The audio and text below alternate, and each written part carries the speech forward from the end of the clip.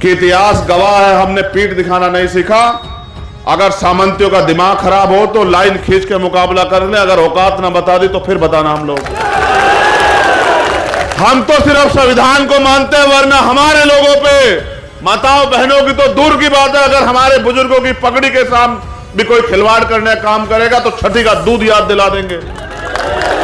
हम तो इसलिए चुप हैं क्योंकि बाबा साहब अंबेडकर, तथागत बुद्ध और सरदार पटेल भी हमें इस देश को एकजुट बना के रखने के काम सिखा के गए।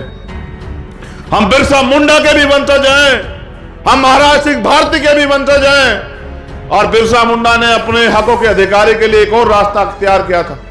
मैं तो भारत की सरकार को भी कहता हूं कि इस देश के कमजोर वर्ग को इतना मत सताओ कि वो अपने पैरों पे उठ खड़ा हो। अगर वो अपने पैरों पे उठ खड़ा हुआ तो तुम्हारे इतने से लोगों की राजनीति को कटोरी में बंद करके जो है अपने मकान से भी बहुत दूर फेंक देगा। बड़े पैमाने पे यहां बोला जाता है सामंतियों का गढ़ है।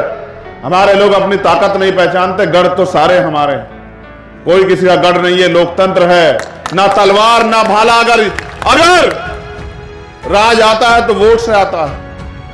मेरी आपसे शिकायत है, जो लोग यहां नौजवान बैठे हैं बाबा साहब की बात करते हैं, आपका छोटा पेड़ है,